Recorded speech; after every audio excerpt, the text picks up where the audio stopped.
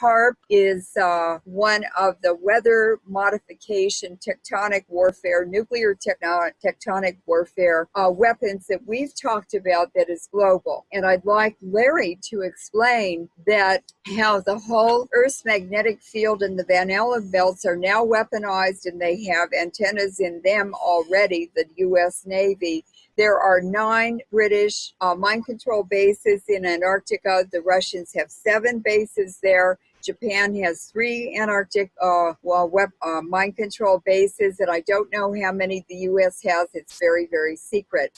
But they have entrained the whole entire Earth's magnetic field to be used as a weapon against humanity, a mind control weapon. And he will explain how. Gets right back to the name of the whole thing, RFDE, radio frequency directed energies. Now it becomes just a matter of scale. What scale are we on? What frequencies are we broadcasting? What amplitudes? Where are we broadcasting them, and what is our intent in broadcasting them there? In certain instances, you can literally use some of these larger HAARP, high amplitude oral research project transmission centers, in order to pump energy into portions of the lower atmosphere, the ionosphere, in order to create localized mirrors and localized effects. And these mirrors quite literally are energy dense. They do not, energy will bounce off of them and go in an angle of incidence direction from that bounce. That's the reason for putting them there. They can literally lever them right onto the Van Allen belt now, and they can set up a harmonic so that what you have is a stored frequency that is being increased. And at the same time, you make a pair of mirrors that reflect both up and down. This becomes important down the road because it becomes something that you can also bounce other energies and other frequencies off of. And it has to do with how the frequencies are composed and the word is going to escape me now, unfortunately, but the polarization and how they are polarized. And so what you have to have is you have to have some form of a radio transmitter. You have to have some form of an antenna. You can do this in bounces if you like. There are many ways of doing it. The object being, where do you target? What do you target? What was your intent? And they now have got the patents and the research behind them under their belt in order to know exactly how much of what has to be sent where at any given time in order to get a given effect. They have changed the entire frequency of the planet Earth. They've literally shifted the Van Allen belt and taken us from below 10 hertz, from 7.8 optimal. But below 10 hertz, we've been driven up into the 11 to 14 range And now. that's called the Schumann resonance. And this is not frequencies that we were actually meant to operate at. These are frequencies that are meant to put our systems into leverageable conditions, and the systems are leveraged. Our systems are leveraged in horrific ways now. The object being so that's even more our lifespan. Yeah. So that's even more mind control and entrainment. Even more mind control, and not only that. I would like to just read the summary of what Leuren has said.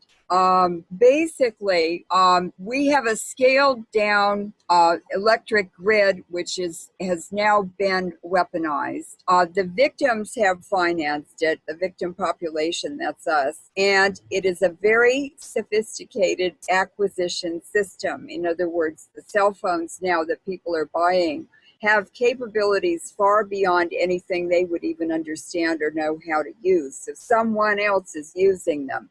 It is a system that can sniff, these are cell phones I'm talking about, can sniff its own signals on the way in, and if it handles or encrypts itself doing that, it is eavesdropping on itself and sends it out, the signal out of band, encrypted and undetected. So they're transmitting people don't even know this, into bandwidths that no one has access to. And on the flip side, it's gotten to the point with these phased array antennas. They're called pizza box antennas because they're square and flat. Phased array multi-frequency antennas. Yes. In personal devices that are being widely deployed now, and in individual cell phones can have 10 antennas in one device. More even. I've seen 10. They're very small, and they are quite programmable across frequency band and directions. Cell phones now are computers, and this started with the iPhones and when iOS Androids came out. So that's a summary of what he's been describing. Right.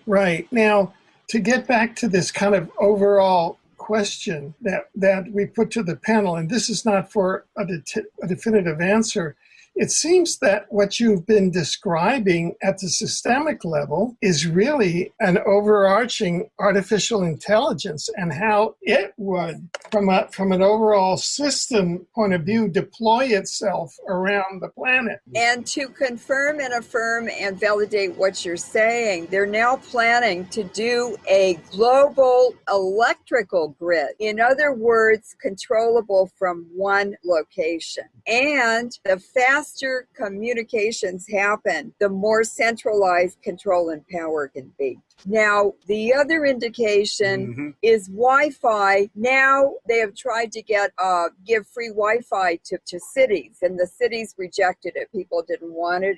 They were suspicious of it. Just walk into a few stores and you won't want any Wi-Fi anywhere near you for the rest of your life, because they're using it to attack people with. And this global Wi-Fi system will be transmitted from high altitude drones that are solar powered. So no government, no individual, no constitutional rights, no nothing is going to protect anyone from it. They're just going to do it. And of course they want a one polar government and world government, and all the nations are going to lose their sovereignty. There will be no ownership allowed in most of the population. And even David Rockefeller said, and Brzezinski said in his book, Between Two Ages, well, what we're going to do is we're going to put everyone in as numbers on satellites up in space, and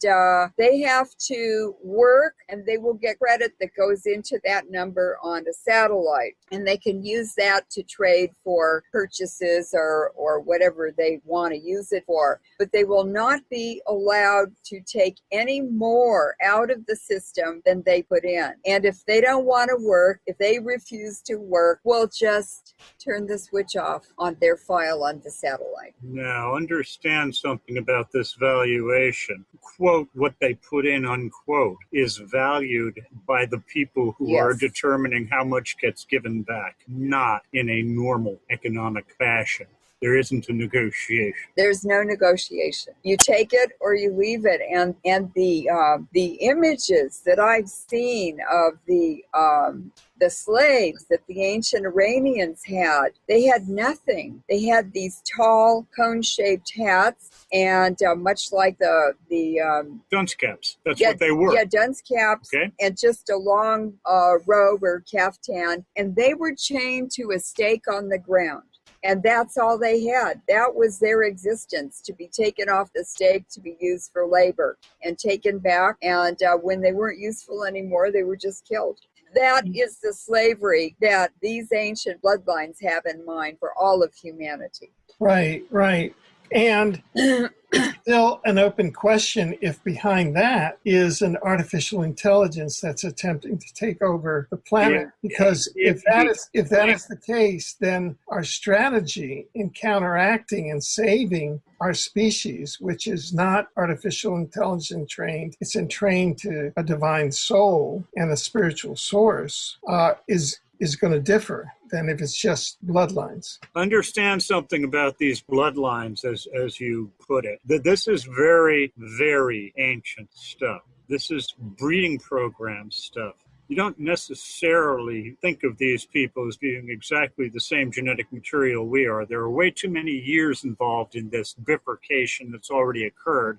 And these people have further bifurcation in mind presently, is what they've got in mind. They call this transhumanism, by the way. All of these bifurcations, these degradations of humanity have to do with essentially removing those natural gifts that were given to us. I mean, we were a medley of frequencies and harmony. That's what human beings were.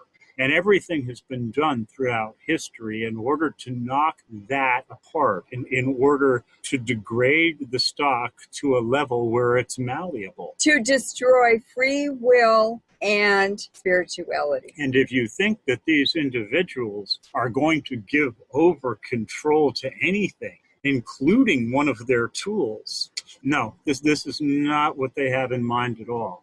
If anything, what they're going to do is they're going to use their victim populations to continue the experiment to see just how mechanical human intelligence can be made. And when they've finally got the lab rats loaded onto silicone, they may actually try and load a few of themselves across. Time will tell about that. Well, but as far as it goes, if you think for a moment that the malevolence, that the willpower behind all of this is going to be transferred from these individuals to some machine or another, and they're not going along for the ride, forget about it. And what they've developed for the end game, if they lose the power and control, is CERN. And a Manhattan Project scientist, Marion Falk, who trained me for 10 years and said, you will be my spokesperson against nuclear technologies, but you can never make a mistake. You have to be completely correct about science, about what you say. You cannot make any mistakes. And CERN is a giant scientific progress program or facility that is the next generation from the nuclear weapons laboratories. And it's funded by bankers and governments. And it's in Switzerland and I believe partly in France, or in France and partly in Switzerland. But what Marion Folk told me is, he said, do you realize that CERN can completely break the Earth in half and destroy it? This was preceded by, what are they building this for? Yes. And he said, yeah, I said, what are they building this for? And I looked at him. I was afraid to break his heart, so I didn't say anything. Giant Hadron Collider. Yes. Oh, they're looking for God. Excuse me, the God particle. Yeah. Oh, you have any idea what kind of a budget you get when you're looking for God? Do me a favor, folks. Start looking inside yourselves. Actually, just reverse it, because it's all reverse of what they say, and they're looking for hell, the ultimate hell that could ever be conceived or imagined. And it's unthinkable that human beings could destroy this entire planet and turn it into stardust.